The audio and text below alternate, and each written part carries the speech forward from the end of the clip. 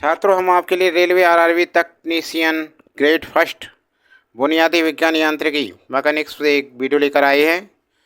MCQ question कराएंगे 10। देखिए पहला क्वेश्चन देखिए, निम्नलिखित युग्मों में से किन भौतिक राशियों के समान विमीय सूत्र नहीं हैं? बल एवं दाब, कार्य एवं ऊर्जा, आवेग एवं संवेग, भार एवं बल। तो इसमें पहले वाला विकल्प सही है, बल एवं दाब के विमीय सूत्र समान नहीं हैं। Answer A. देखिए समझिए, यहाँ पर बल का विमा क्या होती है? देखो, बल बराबर क्या होता है? द्रव्यमान गुणा त्वरण। द्रव्यमान की विमा m और त्वरण की LT-2। तो कितना हो गया इसका? MLT-2। ये तो हो गई बल की विमा, ठीक है ना भाई? MLT-2। अब देखिए दाब की विमा। दाब बराबर क्या होता है? बल बट्टे क्षेत्रफल। अब बल की विमा तो यहाँ निकल आई MLT-2। क्षेत्रफल क्या होता है? लंबाई गुणा चौड़ाई। और दोनों क्या है? मीटर में नापी जाती है। तो L और भाई L है ना, तो L स्क्वायर होगी इसकी विमा अपॉन L स्क्वायर। अब क्या होगी? बराबर देखो यहाँ से M L को ऊपर ले जाएंगे तो एक इसकी है, दो घट गए तो L की पावर -1 आ जाएगी और T-2। तो देखो ये दोनों ध्यान दो, ये दाब की है और ये बल की है। बराबर नहीं है, बस यही पूछ रहा था किसकी विमा बराबर नहीं है। ठीक है, अगला देखो, यंग प्रत्यास्थता गुणांक का एसआई मात्रक क्या है? तो ये है न्यूटन प्रति मीटर स्क्वायर। सी वाला विकल्प बिल्कुल सही आंसर है, दूसरे का सी, न्यूटन प्रति मीटर स्क्वायर। समझ में आ गया?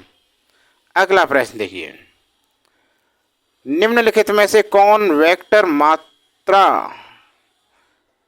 है? बल, चाल, ऊर्जा, तापमान। तो कौन सी है वेक्टर क्वांटिटी कौन सी है इसमें से? तीसरे का विकल्प ए, तीसरे का ए, बल बिल्कुल सही है। ठीक है, ये वाला। अगला प्रश्न, निम्नलिखित में से कौन एक सदिश राशि नहीं है? संवेग, वेग, कोणीय वेग, द्रव्यमान। तो सदिश राशियां कौन? भौतिक राशि दो प्रकार की होती हैं, एक सदिश एक अदिश।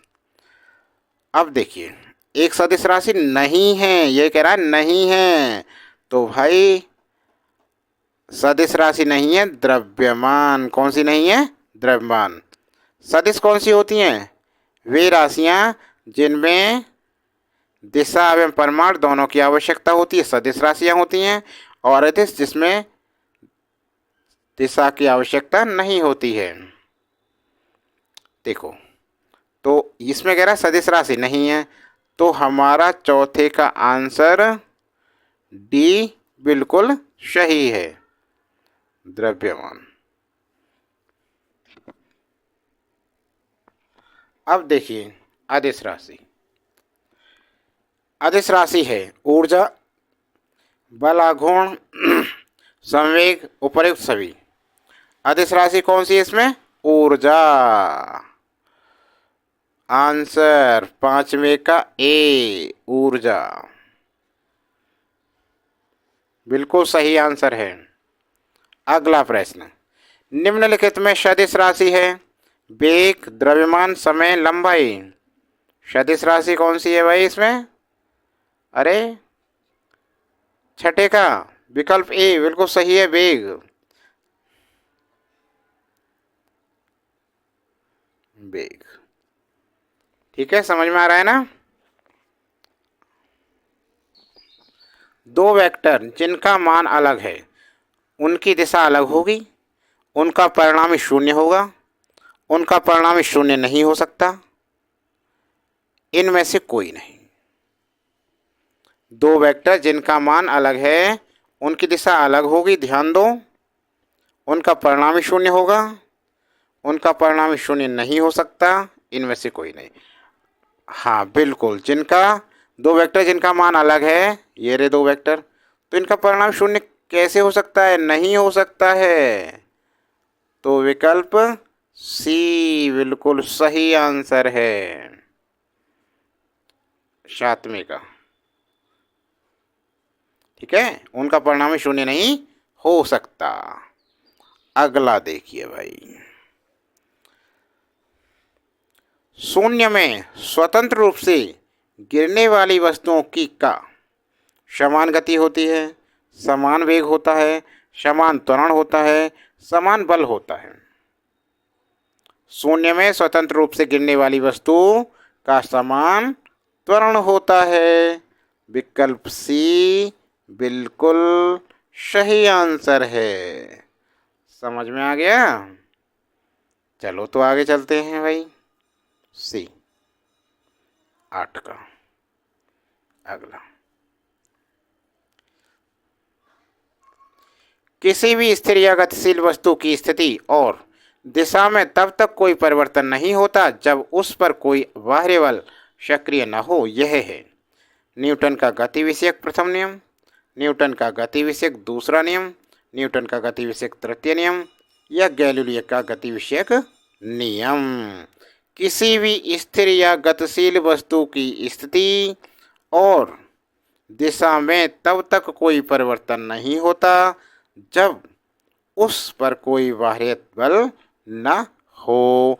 तो ये है न्यूटन की गति विषय का प्रथम नियम। और विकल्प ए इसका आंसर बिल्कुल सही है। आंसर 9 का ए। ठीक है, अगला देखो, हो गया। हवाई जहाज में फाउंटेन पेन से स्याही बाहर निकल जाती है क्योंकि ऊंचाई बढ़ने से वायु दाब में कमी आती है, ऊंचाई बढ़ने से वायु दाब में वृद्धि होती है, ऊंचाई बढ़ने से वायु दाब अपरिवर्तित रहता है, उपरोक्त में से कोई नहीं। देखिए, हवाई जहाज में फाउंटेन पेन से स्याही बाहर निकल जाती है क्योंकि ऊंचाई बढ़ने से वायु दाब में कमी आती है, क्योंकि ऊंचाई बढ़ने से वायु दाब में कमी आती है। तो भाई 10वें का विकल्प ए बिल्कुल सही आंसर है, लगा दो।